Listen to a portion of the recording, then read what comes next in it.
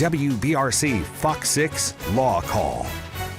Well, welcome back into Law Call tonight. Again, so grateful that you're with us on this night. We're talking about a very important topic, a new law that actually goes into effect on Tuesday, October 1st. It's the Alabama Child Protection Act. We have Joe Ingram, attorney, here with us tonight, really just giving us great insight on this new law. And Kirby, you had a question for Joe as well. Joe, I want to talk to you about a couple of things involving this law. I know it's brand new. But you sound like you are familiar with the penalties that could be imposed. Right. And I would love for you to talk about those, and also so that folks understand what it means to have to register as a sex offender. Talk to us a little bit about what you have to go through as a person if you are charged in that capacity and you have to start following those rules. Serious. Yeah. The penalties for this, if it's the least severe penalty. Let's say you did it up one child.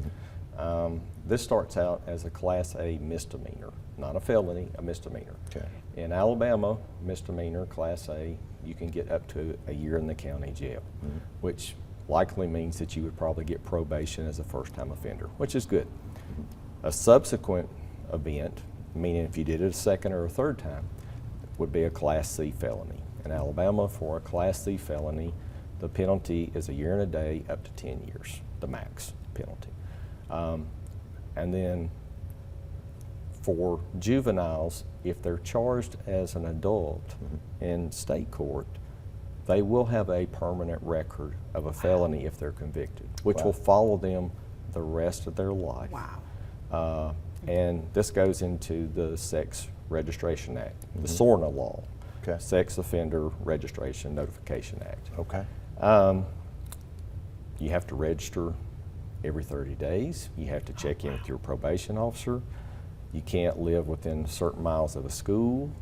You can't live within certain miles of certain entities. They come out and check on you regularly. And in today's society, every time you apply for a job, that's going to be attached to your job application.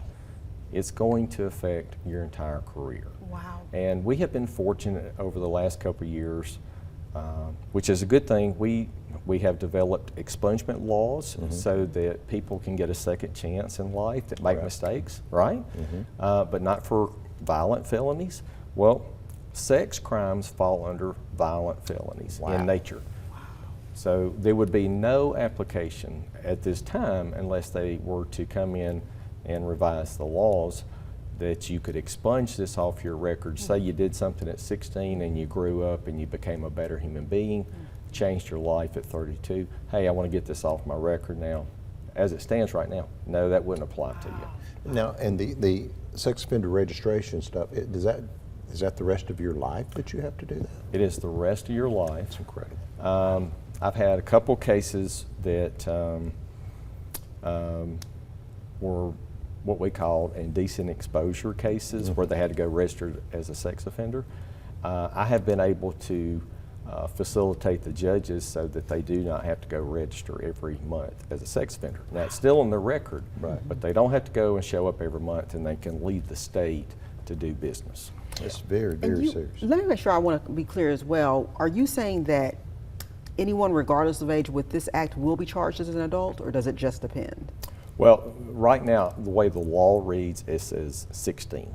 Okay. So the test cases are coming probably first of the year. Okay. There's a lot of cases out there right now under the old law. Okay. In fact, one police department locally has 200 of these cases because everybody has Snapchat, Instagram, all these applications on their phone.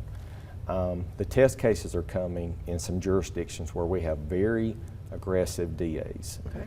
And my concern is, as a defense lawyer, for instance, up in Michigan, where the young boy shot up the school a couple years ago, and then they had this novel theory, we're going to charge the parents with involuntary manslaughter. Yeah. Now, that case probably has some merit, because if you read the news, they knew, I think they bought the kid the gun, They were concerned about his activity. I think they even counseled the parents at school that day, please take your son home, and they didn't. And then he did what he did that awful day. And so then mom and dad both got convicted of involuntary manslaughter. My concern is we get some really aggressive DA, and this child does this, and let's say they have a pattern of behavior where they've gotten in a lot of trouble. What if they come after mom and dad and say, you knew what your son or daughter was doing, we're going to charge you for a crime as well. And that is not to scare anybody. That is thinking aggressively as a defense lawyer of potential cases.